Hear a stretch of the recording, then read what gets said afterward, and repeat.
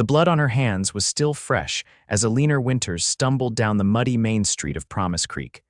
The doctor's words echoed in her mind like a death knell. Nothing more I can do. Behind her lay everything she had loved, everything she had lost. Eleanor had arrived in Colorado territory just 8 months earlier, a new bride with dreams as vast as the western sky. Now, in the spring of 1872, she was a widow with nothing left but grief. The influenza that had ravaged the mining town had claimed both her husband James and their newborn son within days of each other. "Miss Winters," a voice called out to her through the light drizzle that had been falling all morning. Eleanor didn't stop. She couldn't bear another sympathetic face, another platitude about God's mysterious ways. "Miss Winters, please wait." The voice was closer now. She recognized it as belonging to Nathan Mackenzie, the rancher whose property bordered the small parcel of land James had purchased with their savings.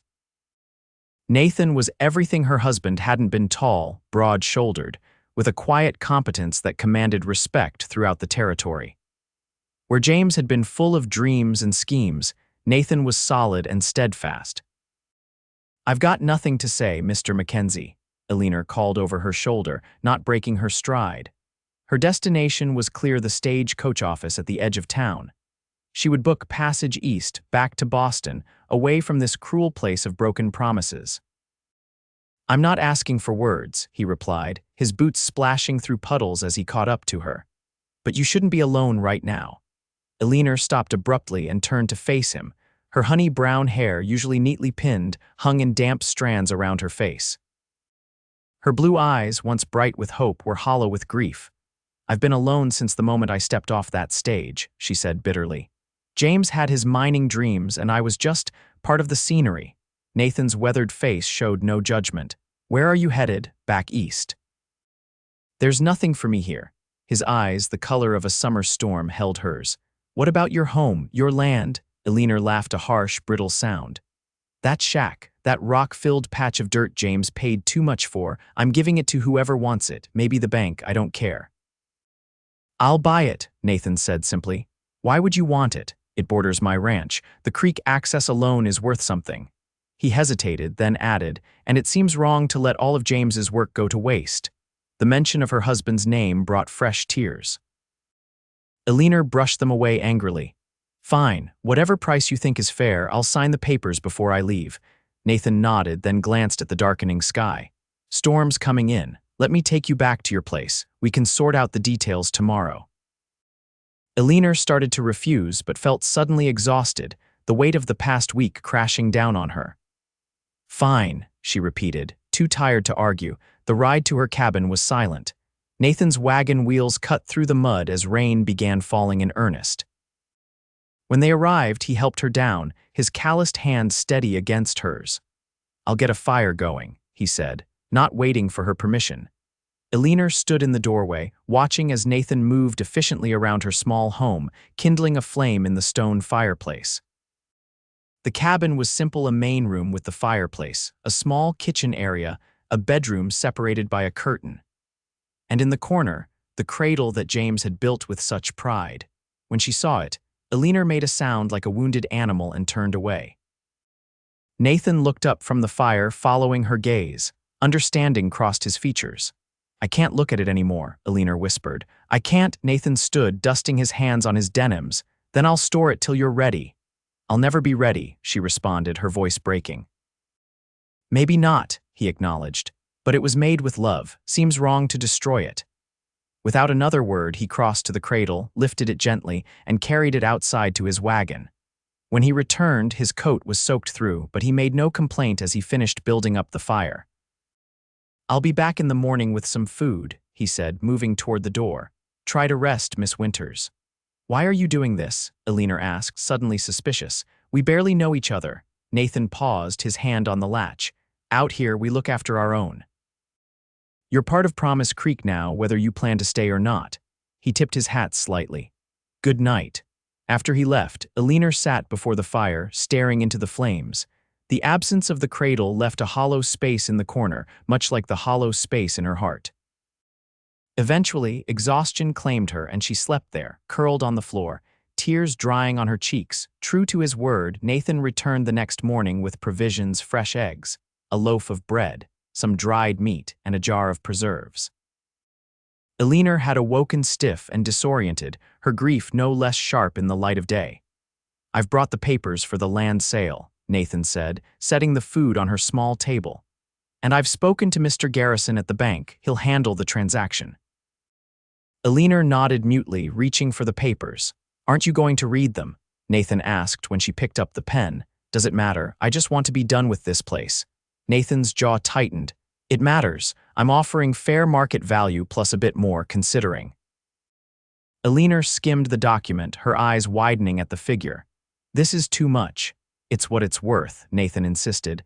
"Take it, you'll need funds to start over." She signed the papers, then pushed them across the table. "There, it's yours. I'll be on tomorrow's stage." Nathan tucked the papers into his coat. "I wish you'd reconsider." "Why?" Eleanor challenged. "So I can wake up every day remembering what I've lost, so I can watch other women raise their children while my arms stay empty." "Because running doesn't heal what's broken," Nathan replied quietly. "It just changes the scenery around your pain." His words struck her like a physical blow. Eleanor turned away, unwilling to let him see how they affected her. "Thank you for the food, and for taking the cradle. I'll see you before I leave to collect the money." Nathan hesitated, then nodded. "As you wish, Miss Winters." He left, the door closing softly behind him. Eleanor spent the day packing her few belongings. There wasn't much: some clothes, a locket with her parents' pictures, a few books, her wedding ring. She left out one dress for travel and packed the rest in the trunk James had bought her as a wedding gift. Everything else she would leave behind. As night fell, she found herself standing at the window, looking out at the landscape she'd come to know. The mountains in the distance, the creek glinting in the moonlight, the scattered pines. It was beautiful in a wild, untamed way so different from Boston's orderly streets and trimmed gardens. For a moment, she remembered the hope she'd felt when she first arrived. The way James had swept her into his arms and carried her over the threshold of this very cabin, promising her the world. How they'd lain together in the darkness, planning their future, dreaming of the children they would have. Now those dreams were buried alongside her husband and child in the small cemetery behind the church. Morning came too quickly. Eleanor dressed in her traveling clothes, a modest navy dress that had seen better days. She pinned her hair severely, donned her bonnet, and took one last look around the cabin. This had been her home, however briefly, where she had loved, where she had lost, where she had almost found happiness. A knock at the door announced Nathan's arrival. He stood on her porch, hat in hand, looking uncomfortably formal in a clean shirt and vest. "Your wagon is loaded," he said. "I've come to take you to the stage." Eleanor nodded, unable to speak past the sudden lump in her throat. She picked up her small valise and followed him outside. Her trunk was already secured in his wagon. The ride to town was as quiet as their previous journey. Eleanor watched the landscape pass, committing it to memory despite herself. Promise Creek came into view, its dusty main street already busy with morning activity. Nathan pulled up outside the stagecoach office. "Here we are," he said, setting the brake. Eleanor sat frozen, suddenly uncertain. Nathan came around to help her down. "I've got something for you," he said, reaching into his vest pocket. He pulled out an envelope and handed it to her. "The payment for your land." Eleanor took it, noting how thick it felt. "Thank you. And this." He reached into his coat and withdrew a small wooden object. It took Eleanor a moment to recognize it as a toy horse, intricately carved, smooth to the touch. "I found some wood scraps in my barn," Nathan explained, clearly uncomfortable. "Thought maybe someday." "Well, it's foolish, but I thought someday you might want something to remember this place by." Eleanor stared at the horse, tracing its lines with her finger. The craftsmanship was exquisite. "You made this?" Nathan nodded. "My father taught me, said idle hands were the devil's workshop." He cleared his throat. "The stage is about to leave. I'll get your trunk." Eleanor watched as he lifted the heavy trunk with ease, carrying it to the waiting stagecoach. The driver secured it on top, and Nathan paid the man, then returned to where Eleanor stood. "Your ticket is paid for," he said. "All the way to Boston." "I can't accept," Eleanor began. "Please," Nathan interrupted. "Consider it a parting gift." The stagecoach driver called for passengers to board. Eleanor clutched the wooden horse tighter. "I should go," she said. Nathan nodded, his face giving away nothing of what he might be feeling. "Safe travels, Miss Winters." Eleanor turned toward the stage, took 2 steps, then stopped. The wooden horse in her hand seemed to grow heavier with each step. She thought of the cradle Nathan had stored away, of the empty cabin that would now belong to him, of the grave she was leaving behind. "I can't," she whispered, then louder. "I can't go." Nathan was at her side in an instant. "Eleanor, I can't leave them," she said, turning to him with tears streaming down her face. "I can't leave James and my baby, not like this, not yet." Relief washed over Nathan's features. "You don't have to, you can stay as long as you need." "But I sold you my home," she said, suddenly realizing the complication. Nathan's smile was gentle. "I haven't filed the papers yet, they're still in my pocket." Eleanor felt something shift within her, not healing, not yet, but perhaps the first step toward it. "I don't know what to do now," she admitted. "First, we get your trunk back," Nathan said pragmatically. "Then we take you home, and then—" He hesitated. "Then you take each day as it comes." Eleanor nodded, taking a deep breath. "Each day as it comes." Nathan arranged for her trunk to be removed from the stage and loaded back into his wagon. The driver grumbled but returned part of the fare. As they drove back toward her cabin, Eleanor felt a strange mixture of relief and trepidation. "What will you do?" Nathan asked as they neared her home. "About the land, I mean." Eleanor considered the question. "I don't know, I can't farm it alone." "You could sell part of it," Nathan suggested. "Keep the cabin and enough land for a garden. I'd still be interested in the creek access." It was a practical solution, and Eleanor found herself nodding. "That might work, but I'll need to find some way to support myself." "What skills do you have?" Eleanor thought about it. In Boston, she'd been trained for society piano, embroidery, watercolors. None of that seemed particularly useful in a mining town, but there was one thing. "I can teach," she said finally. "I worked as a governess before I married James." Nathan's face brightened. "Promise Creek has plenty of children but no proper school. Parents have been talking about hiring someone." For the first time since her world had collapsed, Eleanor felt a flicker of purpose. It wasn't much, but it was something to hold on to. "Do you think they'd consider me?" "I know they would," Nathan replied with conviction. "I'm on the town council. We've been setting aside funds for just this purpose." When they reached her cabin, Nathan helped her down from the wagon and carried her trunk inside. The absence of the cradle still left a hollow space, but somehow it was less raw than before. "I'll speak to the council tomorrow," Nathan promised as he prepared to leave. "In the meantime, is there anything you need?" Eleanor shook her head. "You've done more than enough already." Nathan hesitated at the door. "Eleanor, I'm glad you're staying." After he left, Eleanor stood in the center of her small home, the wooden horse still clutched in her hand. She placed it carefully on the mantel, then unpacked her trunk. Each item she removed and put back in its place felt like a small act of courage, a commitment to whatever came next. That evening, as she prepared a simple meal from the provisions Nathan had brought, Eleanor felt the first tentative stirrings of resolve. She would stay. She would teach. She would find a way forward, one day at a time. The next morning, Eleanor awoke with a sense of purpose she hadn't felt since before the illness struck her family. She dressed with care in one of her better dresses and pinned her hair neatly. If she was going to present herself as a potential teacher to the town council, she needed to look the part. A knock at her door shortly after breakfast revealed Nathan, looking pleased with himself. "I spoke with the council members individually," he said without preamble. "They're meeting this afternoon and would like you to join them. 2:00 at the church." Eleanor felt a flutter of nervousness. "So soon?" "No sense waiting," Nathan replied. "The children aren't getting any more educated while we delay." Despite her anxiety, Eleanor had to smile at his practicality. "I'll be there." Nathan nodded, seeming about to leave, then hesitated. "I could escort you if you'd like." The offer surprised her. "That's not necessary, I know the way."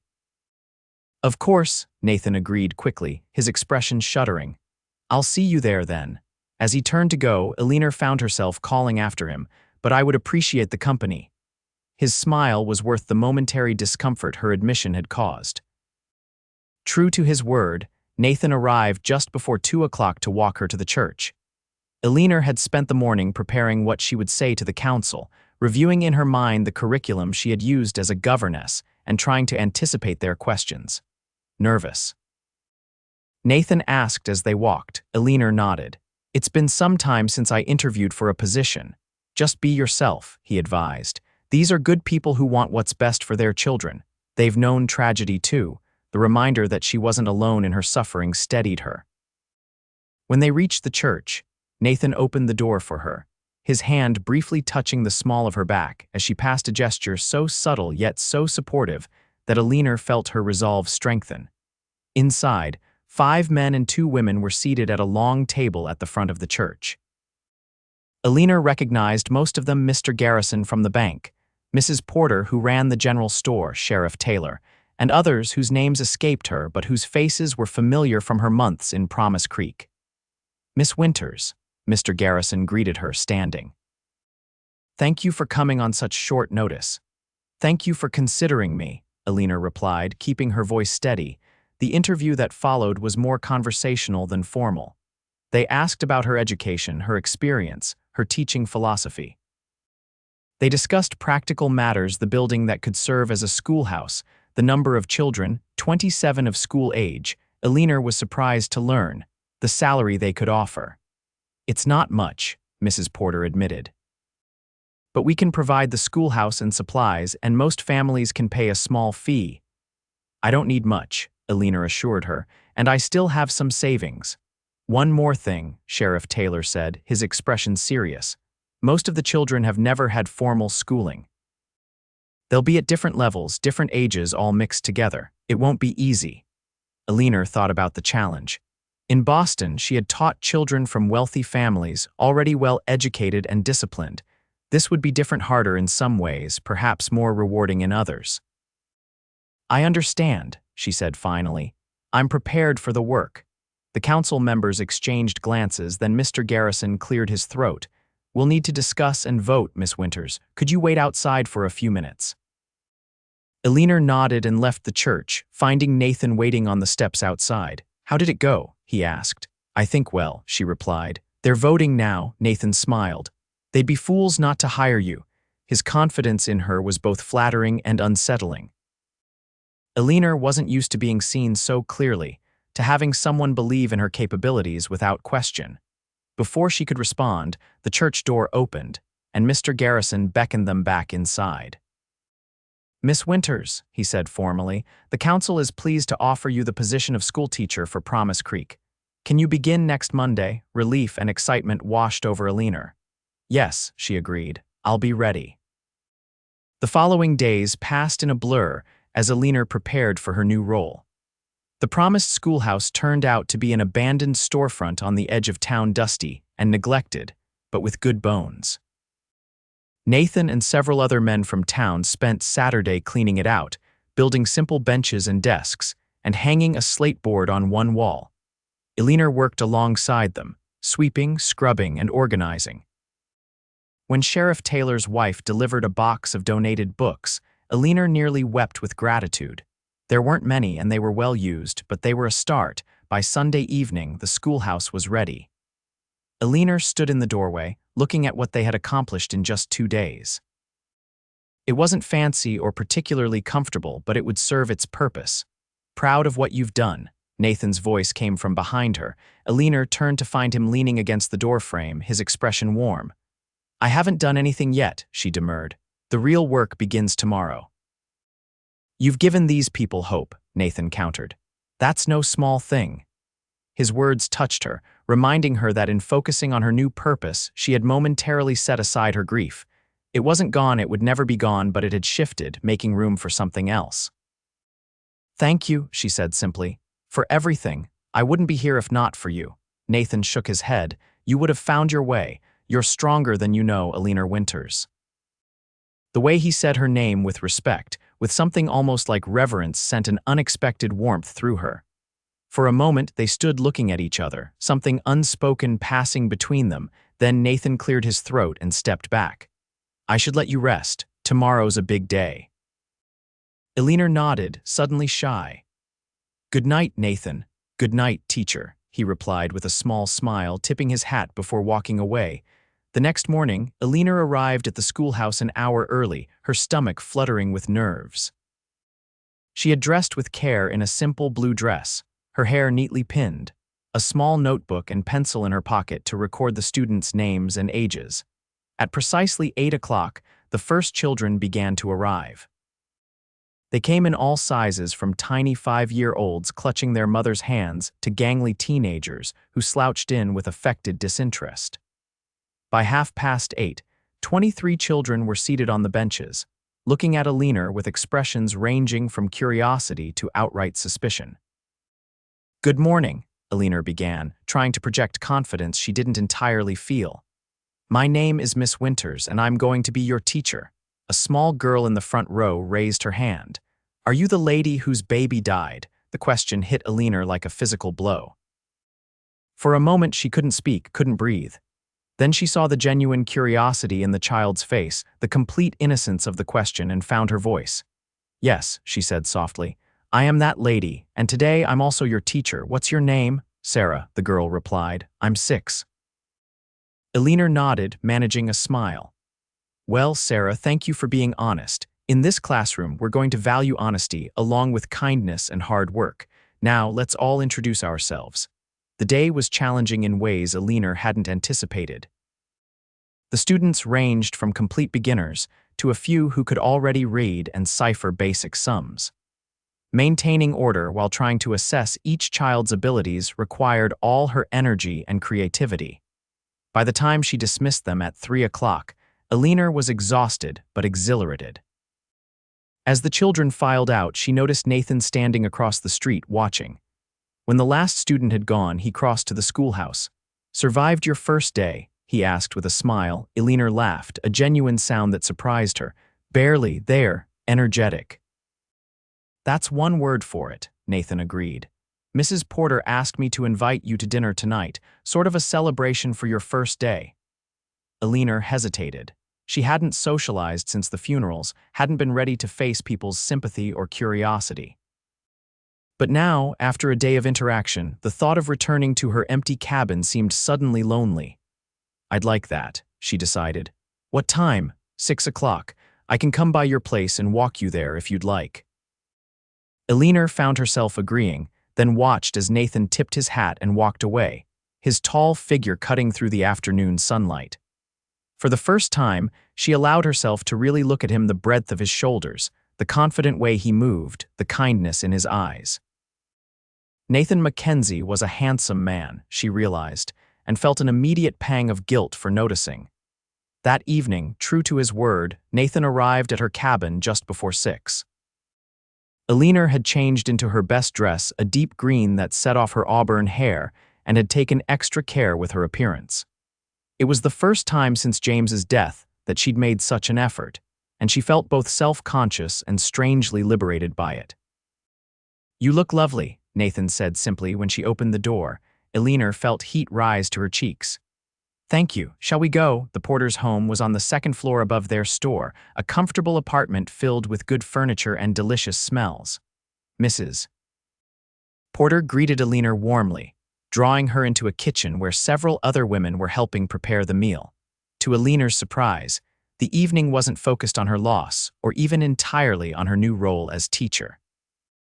Instead, the conversation flowed naturally: town gossip, plans for the upcoming Harvest Festival, a debate about whether Promise Creek should petition for a permanent doctor.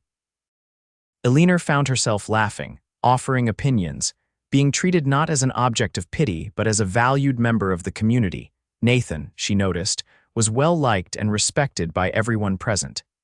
He spoke little but listened intently, occasionally offering a thoughtful comment or gentle joke. Several times, Eleanor caught him watching her, his expression warm but unreadable. After dinner, the men retired to the porch to smoke while the women cleared the dishes. Mrs. Porter pulled Eleanor aside as they worked. "We're all so pleased you're staying," she said, her kind face serious.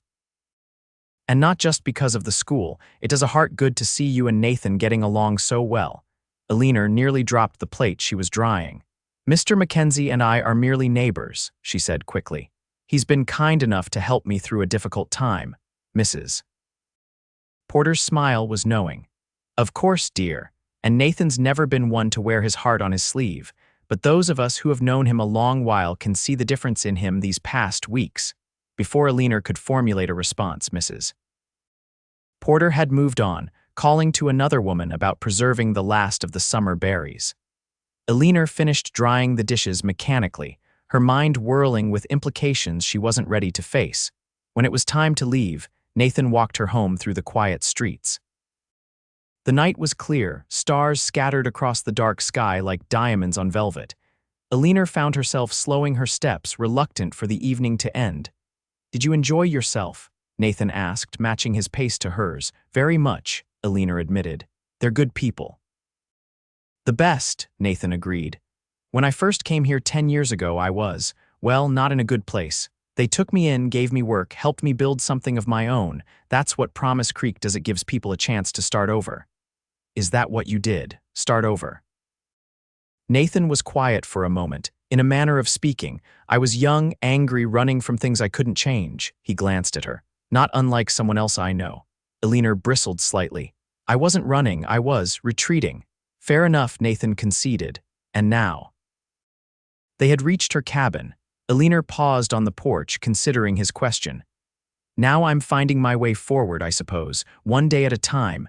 Nathan's smile was gentle. "That's all any of us can do." In the silvery moonlight, with the scent of pine in the air and the distant sound of the creek, Eleanor felt a moment of perfect clarity. She was still grieving, would always carry the loss of her husband and child. But she was also alive, with possibilities stretching before her that she couldn't yet imagine. "Thank you for tonight," she said softly. "For everything, really." Nathan's eyes held hers. For a breathless moment, Eleanor thought he might step closer, might touch her face or take her hand. Instead, he simply nodded. "Good night, Eleanor," he said, his voice low and warm. "Good night, Nathan," she replied, and went inside, closing the door on possibilities she wasn't yet ready to acknowledge. The weeks that followed established a rhythm to Eleanor's new life. Each weekday, she taught at the schoolhouse, gradually organizing the children into groups based on their abilities rather than ages. In the evenings, she prepared lessons and graded the simple assignments she'd begun to give. On Saturdays, she often found herself invited to community events, quilting bees, barn raisings, impromptu picnics by the creek. And through it all, Nathan Mackenzie was a steady presence. He never imposed, never presumed, but he was there fixing a leaky roof on her cabin before the fall rains came, delivering firewood as the weather cooled, occasionally appearing at her door with fresh vegetables from his garden or meat from a successful hunt.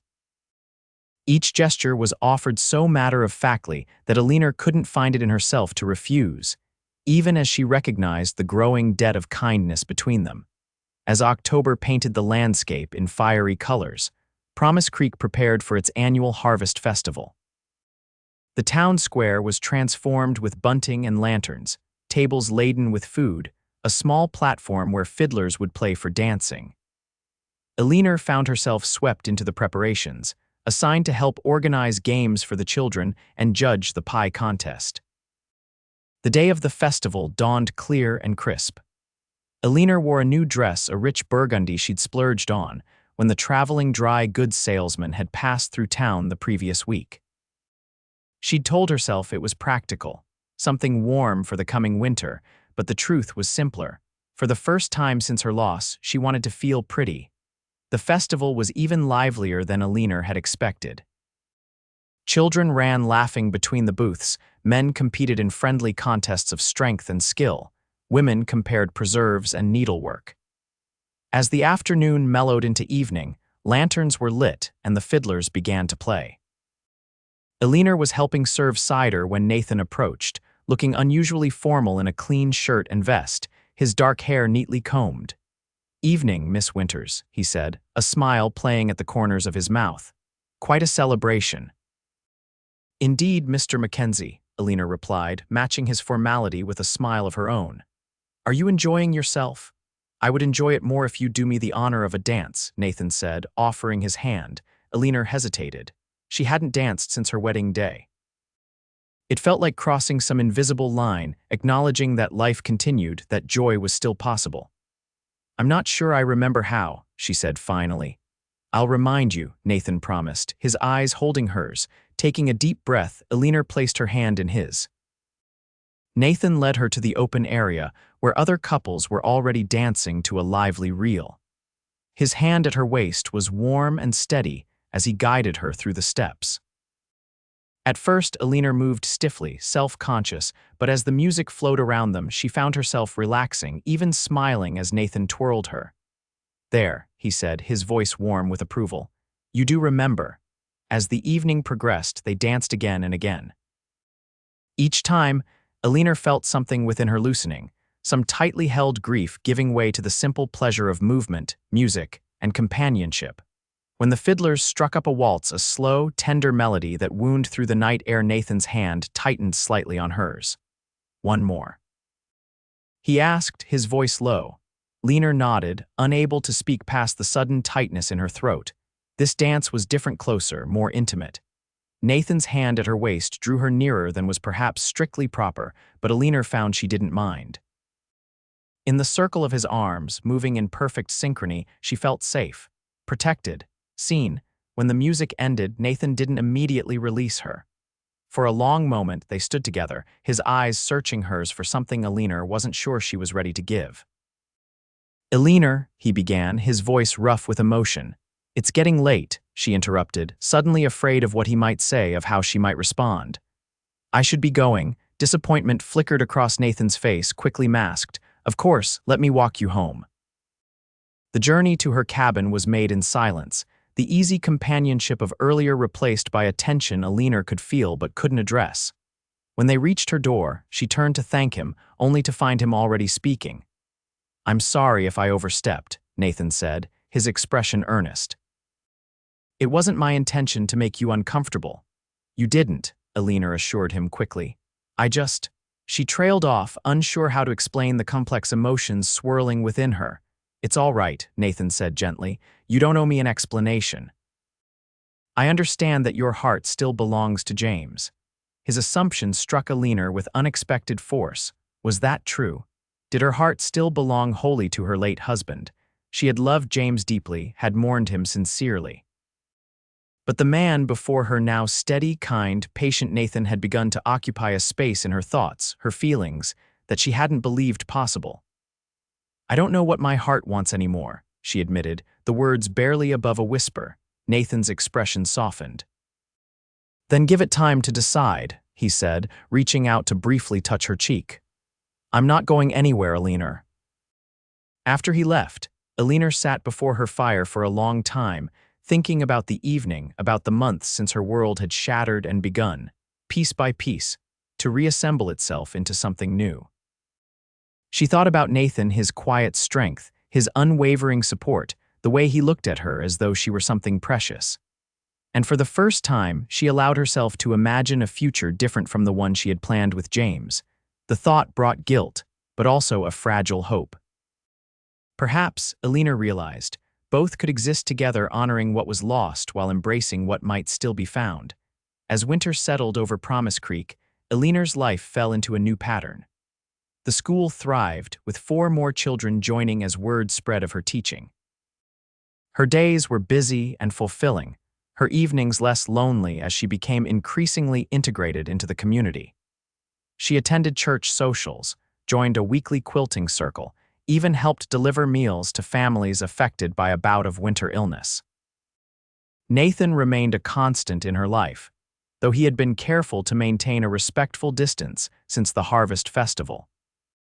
He still checked on her regularly, still helped with tasks she couldn't manage alone, but he no longer lingered, no longer looked at her with that intensity that both thrilled and frightened her. Eleanor found she missed it more than she cared to admit. As Christmas approached, Promise Creek bustled with preparations. The schoolchildren practiced carols and prepared simple gifts for their families. The women of the church organized a potluck dinner to follow the Christmas Eve service. Even the weather cooperated, a light snow falling just days before, transforming the landscape into a glistening wonderland. On the last day of school before the holiday break, Eleanor dismissed her students early, sending them home with small treats she had baked and stern instructions to review their letters during the vacation. As the last child left, she began tidying the classroom, humming softly to herself. A knock at the door interrupted her work. Looking up, she was surprised to see Nathan standing there, a large burlap sack over his shoulder.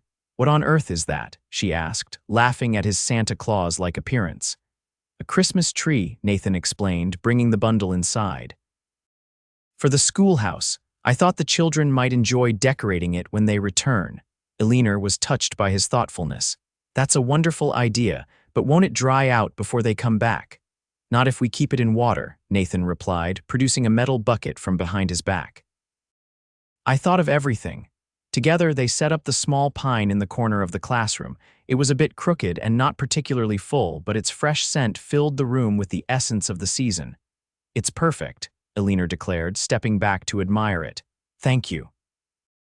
"I have something else for you," Nathan said, his expression turning serious. "But I'm not sure if it's the right time." Eleanor's heart quickened. "What is it?" Nathan hesitated, then gestured toward the door. "It's at my place, would you come see?" The request was unexpected.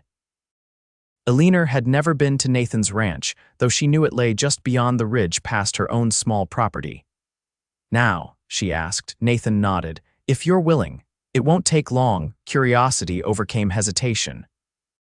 Eleanor gathered her coat and bonnet, locked the schoolhouse, and followed Nathan to where his wagon waited. The ride to his ranch took less than 15 minutes, revealing a well-maintained property with a sturdy 2-story house, a large barn, and several outbuildings. A curl of smoke rose from the chimney, promising warmth within. "It's lovely," Eleanor said honestly as Nathan helped her down from the wagon. "You've built something wonderful here." "Thank you," Nathan replied, a hint of pride in his voice. "It's taken years, but it feels like home now." He led her to the house, opening the door to reveal a surprisingly comfortable interior. The main room was spacious, with a stone fireplace, solid furniture, and bookshelves filled with volumes Eleanor itched to explore. A kitchen area occupied one corner, everything neat and orderly. "Would you like some coffee?" Nathan offered. "Or tea?" "Tea would be nice," Eleanor replied, still taking in her surroundings. Everywhere she looked, she saw evidence of Nathan's character: the practicality, the attention to detail, the quiet appreciation for beauty in the landscape paintings that adorned the walls. As Nathan busied himself with the kettle, Eleanor wandered to the bookshelves, scanning the titles. History, agriculture, a few novels she recognized, and surprisingly, several volumes of poetry. "You read Wordsworth?" she asked, pulling out a well-worn collection. Nathan glanced up from the stove. "And Keats and Tennyson. Does that surprise you?" "A bit," Eleanor admitted. "You've never mentioned a love of poetry." "There are many things we've never mentioned to each other," Nathan replied, his tone gentle rather than accusing. "Time enough for all of that." The statement hung between them, full of promise and possibility. Eleanor returned the book to its shelf, suddenly aware of the intimacy of the moment alone with Nathan in his home. The snow beginning to fall again outside, the kettle starting to whistle on the stove. Nathan poured the tea, handed her a cup, then gestured toward a closed door off the main room. "What I wanted to show you is in there." Eleanor followed him, curious and a little apprehensive. Nathan opened the door to reveal a small room empty save for a familiar piece of furniture in the center, the cradle. Eleanor froze in the doorway, her teacup nearly slipping from suddenly numb fingers. The cradle looked just as it had in her cabin: the smooth pine, the gentle curve of the rockers, the small designs James had carefully carved into the headboard. "I've kept it safe," Nathan said quietly from behind her, "just as I promised." Eleanor stepped into the room, drawn to the cradle as though pulled by an invisible thread. She reached out, her fingers tracing the grain of the wood, feeling the love that had gone into its creation. "Why are you showing me this now?" she asked, her voice barely audible.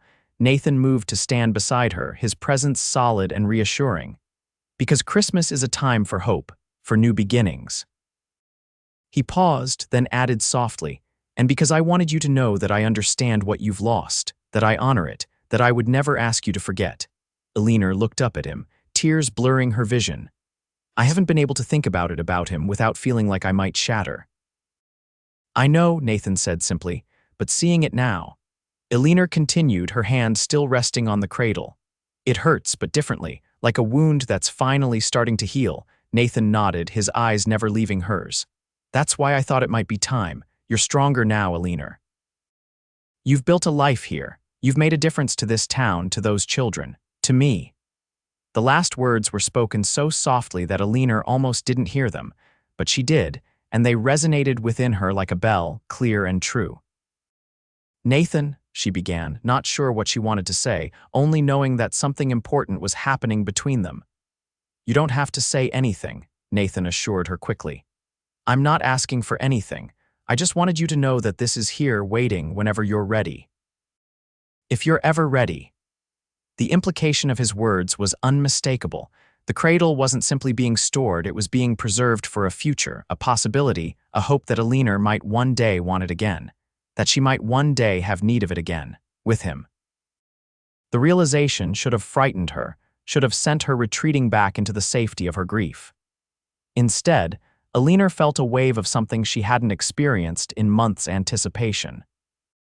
Not for tomorrow or next week, but for what life might hold beyond that, for the possibilities that stretched before her if she had the courage to reach for them. Thank you, she said finally, stepping back from the cradle. For keeping it safe, for showing me, for everything, Nathan. Nathan smiled, the expression transforming his usually serious face. You're welcome, Eleanor, always. They left the room, closing the door gently behind them. As they returned to the main room, the atmosphere between them had shifted, charged with awareness, with unspoken feelings, with potential. The snow's getting heavier, Nathan observed, looking out the window. I should get you home before the roads become difficult. Eleanor nodded, though part of her was reluctant to leave the warmth and intimacy of Nathan's home. They finished their tea in companionable silence, then bundled up for the journey back to her cabin. The world outside had been transformed during their brief time indoors. Snow fell in thick, fluffy flakes, already accumulating on the ground and clinging to the trees. Nathan helped Eleanor into the wagon, tucking a heavy blanket around her legs before climbing up beside her. The ride back was slower, Nathan guiding the horses carefully through the increasing snowfall. By the time they reached Eleanor's cabin, dusk was falling, the world taking on that peculiar blue-white glow of a snowy evening. You should come in and warm up before heading back, Eleanor suggested as Nathan helped her down. He hesitated, then nodded. Just for a few minutes. The storm's worsening. Inside, Eleanor built up the fire while Nathan stomped snow from his boots. The cabin felt different with him in its smaller yet somehow more like a home. Eleanor busied herself making coffee, hyper-aware of Nathan's presence as he moved to stand by the fire. I've been thinking, he said suddenly, his back to her. About, Eleanor prompted when he didn't continue. Nathan turned to face her, his expression more vulnerable than she had ever seen it. About us. About what might be possible if you were willing. Eleanor's hands stilled on the coffee pot. Nathan, please let me finish, he interrupted gently. I know it might be too soon. I know your heart is still healing, but I need you to know that I care for you, Eleanor, deeply, more than I thought possible after. He trailed off, swallowing hard. After what? Eleanor asked, realizing there was still so much she didn't know about this man who had become so important to her. Nathan's eyes met hers, dark with remembered pain. After I lost my wife and daughter 6 years ago, scarlet fever. The revelation stunned Eleanor. In all their conversations, Nathan had never mentioned a previous marriage, never spoken of this devastating loss. You were married, you had a child, she whispered. Nathan nodded, his face etched with grief still visible beneath the surface. Anna was my wife. Our daughter Lily was 4 when they fell ill. I couldn't save them, couldn't do anything but watch them slip away. Understanding flooded Eleanor, his patience with her grief, his insistence on preserving the cradle, his quiet strength in the face of loss. He knew. He understood in a way no one else could. Why didn't you tell me? She asked, moving toward him. At first, it didn't seem relevant, Nathan replied. You were consumed by your own grief. Then, as we grew closer, I was afraid it might seem like I was comparing our losses, or worse, that I was only interested in you because we shared similar pain. And that's not true, Eleanor asked, needing to hear the answer. Nathan's gaze was steady. What drew me to you, Eleanor, was your courage, your kindness, the way you look at the world with such openness, even after everything. Yes, I understand your grief in ways others might not, but that's not why I care for you. I care for you because of who you are, not what you've lost. The words washed over Eleanor like a benediction. For months, she had defined herself by her grief, had been unable to imagine being seen as anything other than the woman who had lost her husband and child. Yet here was Nathan, seeing beyond that to the person she was the person she could be. I care for you too, Eleanor admitted, the words both frightening and liberating. I didn't want to, I felt, disloyal to James, to his memory, but you've become important to me, Nathan, more than important. Hope bloomed in Nathan's eyes. He took a step toward her, then stopped, clearly giving her space to retreat if she wished. What are you saying, Eleanor? I'm saying that I don't know what the future holds, she replied honestly, but I'd like to find out, with you. The smile that spread across Nathan's face was like sunrise breaking over the mountains. That's all I'm asking for, a chance. Outside, the snow continued to fall, blanketing the world in pristine white, covering the old and making way for the new. Inside, Eleanor Winters took a step toward Nathan Mackenzie, then another, until she stood directly before him. Slowly, giving him time to step back if he wished, she reached up and placed her hand against his cheek. A chance, she agreed, and rose on tiptoes to brush her lips against his. The kiss was gentle, tentative, a question rather than a demand. Nathan responded with equal gentleness, his hands coming to rest lightly at her waist, holding her as though she were made of porcelain. When they parted, Eleanor felt breathless, her heart racing like a schoolgirl's. I should go, Nathan said reluctantly. The snow. Stay, Eleanor said impulsively, then blushed at the implications. I mean the guest room. It's too dangerous to travel in this storm. Relief and something warmer flickered in Nathan's eyes. If you're sure. I'm sure, Eleanor replied, and found that she was sure of this moment, this choice, this step toward whatever lay ahead. The storm raged through the night, but within the cabin, all was peaceful. Eleanor and Nathan talked for hours, sharing stories of their pasts, their losses, their hopes. When sleep finally claimed her, Eleanor felt lighter than she had in months, as though some burden had been lifted from her shoulders, not forgotten, never forgotten, but perhaps finally shared. Christmas Eve dawned clear and brilliant, the world transformed by the snowstorm into a glistening wonderland. Eleanor awoke to the smell of coffee and the sound of movement in her kitchen. For a moment, disorientation gripped her, then memory returned, bringing with it a smile. Nathan looked up as she entered the main room, his expression warm. Good morning. I hope you don't mind that I started breakfast. Not at all, Eleanor replied, suddenly shy in the light of day. Thank you. They ate together at her small table, the domesticity of the scene both strange and comforting. Afterward, Nathan reluctantly prepared to leave. I need to see to my animals, he explained, pulling on his coat, and you have the church service tonight. Eleanor nodded, walking with him to the door. Will I see you there? I wouldn't miss it, Nathan assured her, then hesitated. Eleanor, about last night. Yes, she prompted when he paused. I meant every word, he said simply, just so you know. Eleanor smiled, warmth spreading through her. So did I. The day passed quickly as Eleanor prepared for the evening's festivities. She baked bread for the potluck, pressed her best dress, and spent perhaps more time than necessary on her hair.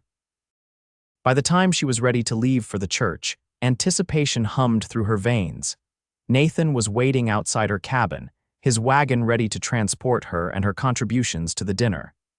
He looked handsome in his Sunday best, his dark hair neatly combed, his jaw freshly shaved. When he helped her into the wagon, his hand lingered on hers a moment longer than necessary. The church was already filling when they arrived. Eleanor was immediately swept into the preparations, helping arrange the food tables while Nathan assisted in setting up extra seating. Throughout the evening, their eyes met across the room, exchanging silent messages of affection and understanding. The service itself was beautiful candles flickering in the windows, carols sung with heartfelt enthusiasm, children fidgeting with excitement. Eleanor sat beside Nathan, acutely aware of his presence, of the subtle way his arm pressed against hers on the crowded pew. When the service ended, and the community moved to the fellowship hall for dinner, Nathan stayed close to Eleanor's side. If anyone noticed this development, they were kind enough not to comment, though Eleanor caught Mrs. Porter's knowing smile more than once. As the evening drew to a close, Nathan leaned close to Eleanor's ear. "I have something for you," he murmured. "A Christmas gift." "I have nothing for you," Eleanor protested. Nathan's smile was gentle. "You've given me more than you know." He pressed a small package into her hand. "Open it later when you're alone." The ride back to her cabin was quiet, both of them tired from the long day yet reluctant for it to end. When they arrived, Nathan walked her to the door but didn't ask to come in. Instead, he took her hand, pressed a kiss to her knuckles, and bid her good night, promising to return on Christmas Day. Inside, Eleanor sat before the fire and carefully unwrapped the package Nathan had given her. Inside was a small wooden box, exquisitely carved with wildflowers and mountain scenes. When she opened it, a melody began to play, a lullaby, sweet and tender. And nestled in the velvet lining was a note in Nathan's strong handwriting. "For Eleanor, may this box hold whatever memories you choose to keep, both old and new. The melody is the one I used to sing to Lily. Perhaps someday it might comfort another child. Hope is the thing with feathers, after all." With deepest affection, Nathan tears sprang to Eleanor's eyes, not the bitter tears of grief, but something softer, sweeter. She held the music box close, listening to the gentle tune, and allowed herself to imagine possibilities she had thought forever lost to her. Christmas Day brought more snow, and Nathan, arriving mid-morning with a small pine tree for her cabin and a basket of food prepared by his housekeeper. Together they set up the tree, decorated it with simple ornaments Nathan had brought, and shared a leisurely meal. The day passed in comfortable companionship, talking, reading, occasionally lapsing into peaceful silence. As dusk fell, Nathan reluctantly prepared to leave. At the door, he turned to Eleanor, his expression serious. "I have one more gift for you," he said. "Not a thing, but a promise." Eleanor looked up at him, her heart quickening. "What promise?" "That I'll wait," Nathan replied simply. "As long as you need, that I'll be here whenever you're ready." "If you're ever ready."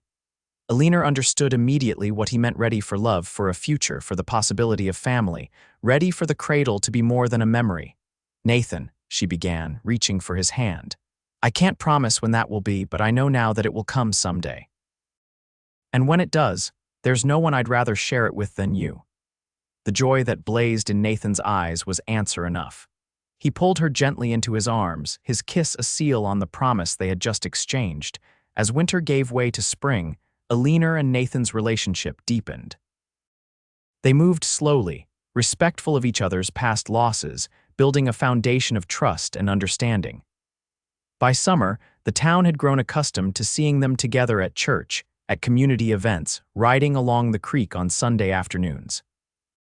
Eleanor continued teaching, her school now boasting 32 students and a new building constructed through the community's efforts. Nathan's ranch thrived, his cattle bringing good prices at market. Together, they began to plan cautiously at first, then with increasing certainty. On a warm evening in August, exactly 1 year after Eleanor had first arrived in Promise Creek, Nathan took her to a hilltop overlooking both their properties. A picnic was spread on a blanket, wildflowers blooming all around them, the setting sun painting the sky in dramatic hues. "I have something to ask you," Nathan said as they watched the golden light fade to purple. "And I want you to know that if the answer is not yet, that's perfectly all right." Eleanor's heart skipped. "Ask me." Nathan took her hands in his. "Eleanor Winters, I love you. I love your strength, your kindness, your courage. I love the way you've rebuilt your life, the way you care for those children as though they were your own, the way you've opened your heart to me despite everything." He paused, drawing a deep breath. "Would you do me the honor of becoming my wife?" Eleanor looked at this man who had helped her through the darkest time of her life, who had stored a cradle until she was ready, who had shown her that love could bloom even from the ashes of loss. "Yes," she said simply, her voice steady with certainty. "Yes, Nathan, I will marry you." The wedding took place in October as the mountains blazed with autumn colors. The entire town turned out to celebrate, the church overflowing with well-wishers. Eleanor wore a dress of deep ivory, her hair adorned with wildflowers. Nathan waited for her at the altar, his eyes never leaving hers as she walked toward him. Their vows were simple but profound, acknowledging the path that had brought them together while looking firmly toward the future. When the minister pronounced them husband and wife, the cheer that went up from the congregation seemed to shake the rafters. That evening, Nathan brought Eleanor home not to her cabin, but to his ranch, now their ranch. As he carried her across the threshold, Eleanor felt a sense of rightness, of coming full circle. Later, as they lay together in the darkness, Eleanor nestled against Nathan's side, his heartbeat steady beneath her ear. "Are you happy?" He asked softly, his fingers tracing patterns on her bare shoulder. "More than I thought possible," Eleanor replied truthfully. "Are you?" "Completely." Nathan pressed a kiss to her forehead, "Though there is one thing." "What's that?" Eleanor asked, lifting her head to look at him. Nathan's expression was solemn, though his eyes held a glint of something like mischief. "I was thinking it might be time to bring the cradle out of storage, if you're ready." Eleanor felt her breath catch. For a moment, she was transported back to that terrible day when she'd first told him she couldn't bear to look at it again. So much had changed since then. The grief was still there, would always be there in some form, but it no longer defined her. Now it was just one thread in the tapestry of her life, woven alongside joy, hope, and love. "Yes," she said, her voice strong and clear. "I'm ready." 9 months later, almost to the day, the cradle held their daughter Elizabeth Anna Mackenzie, named for both their mothers. As Nathan stood beside Eleanor, watching their infant daughter sleep peacefully in the cradle that had witnessed so much sorrow and now cradled such joy, he marveled at the journey that had brought them here. "She's perfect," he whispered, his arm around Eleanor's waist. "She is," Eleanor agreed, leaning into his embrace. "Thank you." "For what?" Eleanor turned in his arms, looking up at the man who had given her back her future.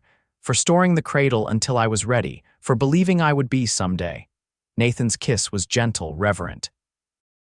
"Always," he promised. "Always." In the corner of their bedroom, the music box Nathan had given Eleanor that first Christmas played its lullaby, a melody of hope and healing, of love found amidst loss, of cradles emptied and filled again, of life continuing in all its painful, beautiful complexity.